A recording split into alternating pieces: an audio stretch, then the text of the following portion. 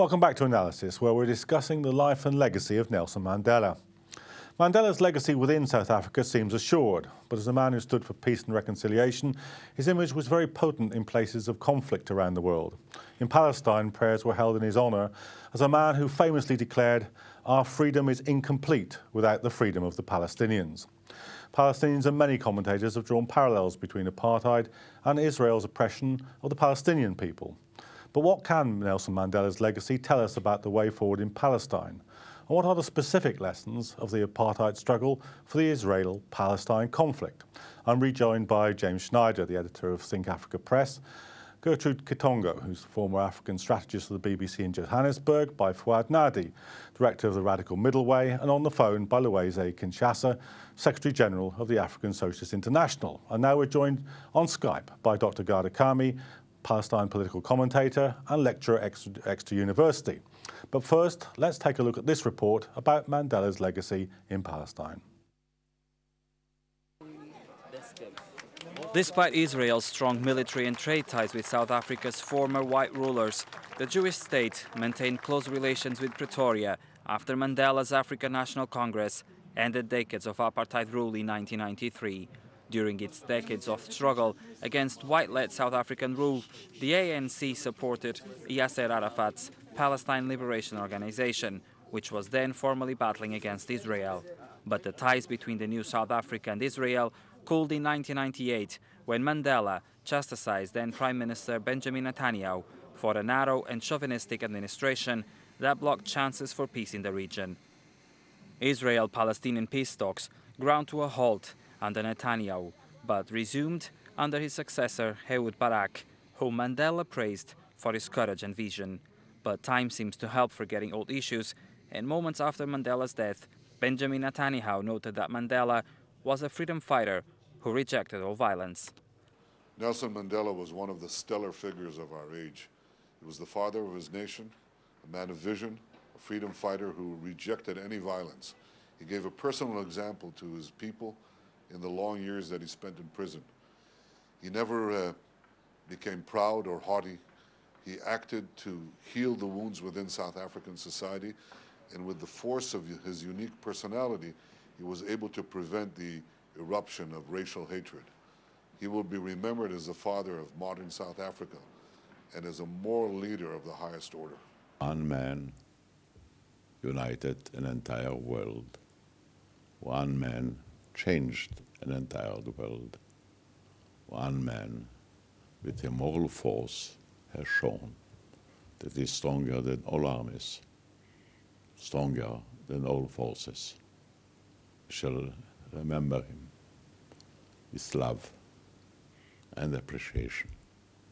And we shall not forget its personality, because we need it to guide our lives in the future. And in Palestine, President Mahmoud Abbas and Prime Minister of Gaza Ismail Haniyeh joined the global chorus of praise for former South African President Nelson Mandela. This man was known for his wisdom and intelligence, his patience and foresight. He is a man who called for justice and freedom for all, and he was able to bring South Africa to where it is today due to his foresight and firm stance. God rest his soul. We still remember his gracious saying, "The revolution of South Africa will not be complete in its achievements before the Palestinian people realize their freedom." This leader has inspired people with his patience and steadfastness, and his insistence. There is no doubt he inspires Palestinian resistance and the Palestinian people towards freedom, return and independence. Mandela managed to unite a divided country, so which legacy does he leave in the Middle East, and how can his life and dedication to peace be an inspiration to the region? Well, Fuad, there's been a few hypocrisies knocking around in the wake of Mandela's death, but probably top of that league, listening to the Israeli leaders there talking about his legacy. I mean, it's hard to credit really, because the South African movement was obviously part of an international liberation strand of which the PLO was a part. What do you make of those remarks? They're very telling in several layers.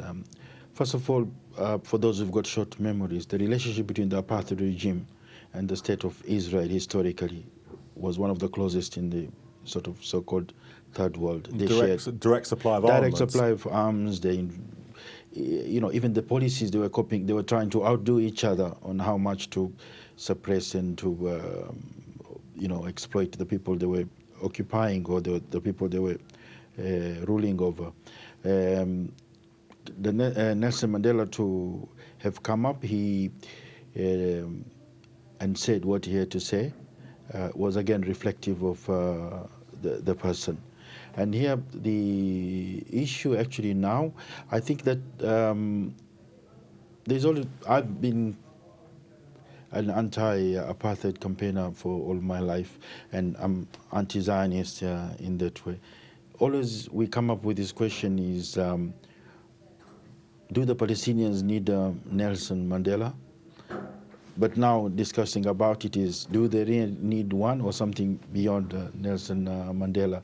So I think this is what I said earlier, that the story of Nelson Mandela actually begins now. I think what Nelson Mandela managed to do is mobilize the world and made South Africa a moral issue.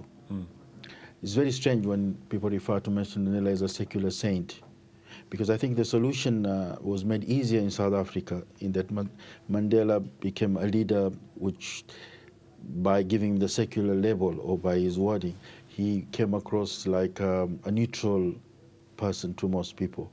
The issue with Palestine, I think, is a different thing, is pits religion against religion, Jews, which is not. And I think this is part of the weakness of the Palestinian struggle, is to turn it into an Islam against Judaism, rather than a moral issue of a very immoral situation in the land. And this is the lesson they can learn from the Mandela and the South African liberation. Let me bring Gharda Karmi in. Gharda, I mean, particularly in recent years, there's been a much stronger tendency to make parallels between the Israeli oppression of the Palestinians and the apartheid system, especially around the apartheid wall. How closely do you think that that parallel can be taken? Oh, I think quite closely. And in fact, if you read what Desmond Tutu has to say, he has said on more than one occasion that the Israeli version of apartheid is much worse than ever the South African version was. So indeed, there are parallels.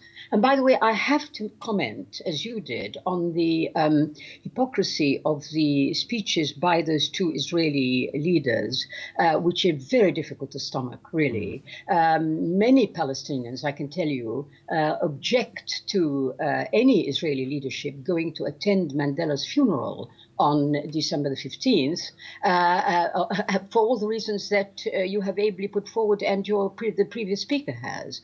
The problem really in Palestine is different from South Africa, not because the apartheid system is really that different, but because the situation of the Palestinians fighting against the Israelis is different to that of the blacks in South Africa. The Palestinians are in a minority against the Israelis. They are not all on their own land, as was the case with black South Africa. So it makes it so much more difficult for them. Luwezi, can you bring you back into the conversation here? I mean, and sort of just taking that point that Gharda Karmi was making about the differences a little bit further. I mean, as we were saying in the first half, one of the critical elements in South Africa was the scale of the growth of the labour unions in the 80s, but the position of Palestinian labour in relationship to the Israeli state is different, isn't it? Yeah. Basically, our approach basically is different from what I have heard so far in terms of Palestinian and what's going on in South Africa. First, I don't agree that the Palestinians are in a minority, because they're only a minority if you accept the artificial division that is being made that separated the Arab population in Palestine and Saudi Arabia, Iraq, and Kuwait, and so on. Because the Israelis started also as a minority. They are the minority. But they're not facing just the Israelis there, because we know the Israeli state is an illegitimate settler state, is also a U.S. military outpost in the region. So Israel doesn't exist in isolation. Israel is there because it's supported by the United States, the EU, and all the rest of the imperialist power. So they are the real minority. The Palestinians are not the minority. that this has to be really corrected. The same way also in South Africa, the key factor was not that the white people, they were in minority. That was not the question, because they were supported and supported by the rest of the imperialist world. That's why they were able to last that long. In terms of what's the really issue, it's not a religious issue in Palestine. The key issue is the land question. It has nothing to do with religion, although the religion is being used to justify what's going on. But the real question is the land. Israeli state is built on a stolen land, just as the settler apartheid regime was. Okay. Okay, let me just bring that discussion back into the studio. James, did you think that there's simply a sort of a general inspiration about the scale and the stamina of the struggle that's necessary for the kind of change that was that eventually did happen in South Africa? Is the inspiration simply at that level, or is there something more specific that parallels the two situations? I think that this struggle and any struggle should realise that there's Nelson Mandela, the man, and then there's Mandela, the person that everybody speaks about, or the thing that everybody speaks about. And that thing is really a much broader movement. When Mandela was released from prison, in his first speech, he thanked the struggle of everybody who had struggled, because without them, he would not be released. And I think that if today, when in any struggles, people are looking for their kind of secular saint or their Nelson Mandela, they're looking for the wrong thing. What is needed in any struggle is breadth and depth and grassroots engagement. And I think that's the case in Palestinian or any other struggle. I mean, Gertrude, that's right, isn't it, really? Because, I mean, you know, really, when we say Nelson Mandela now, it's shorthand for millions of people who were involved in a decades-long struggle, and as Luwezi suggested earlier, you know, a great deal of other very significant figures. He mentioned Steve Biko, but you know, Cyril Ramaphosa, who formed the unions, Jay Naidu, you know, many, you know, Joe Slovo, the South African Communist Party. It's anything that takes that long and is that big. You know, Nelson Mandela, the name is to reduce it. Yeah. Well, and we've always seen Nelson Mandela as one of us, but part of the world, you know, because even in South Africa, when I was in South Africa, when we spoke about Mandela, we never really related to him, because he was, immediately after he was from prison, he was president, and then he was Mr. President. So he did what presidents did.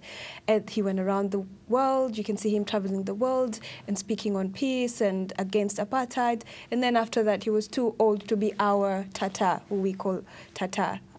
So we've never really, we don't feel like he was ever ours. He was for the world. And it's interesting that you could separate that, whereas we actually feel a tangible part of it, but we appreciate his gesture. We appreciate what he did, because if he did not do it, and if it was not that long team of people who were behind him, South Africa would not be where it is today. We would still be, you know, when I sit here and think about it, me going to school in black schools only, living in very impoverished areas. It's still there. But I have people who tell me that when Mandela was in prison in Soweto, my friends in Soweto, they say to me, when Mandela was in prison, there was no road on this street. But now when he left the prison, I come back to the street and I see a road.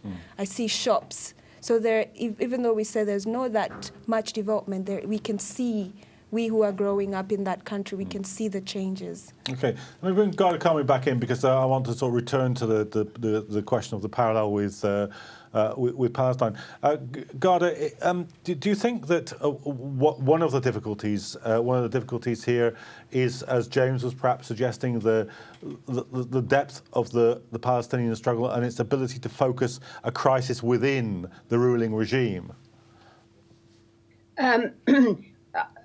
I don't know. I'm not sure about that. But there is something really very important that I need to comment on in terms of the parallels.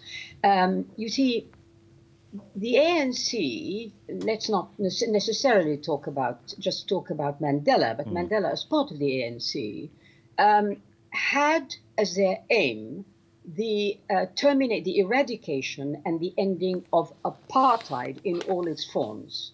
Now, our problem in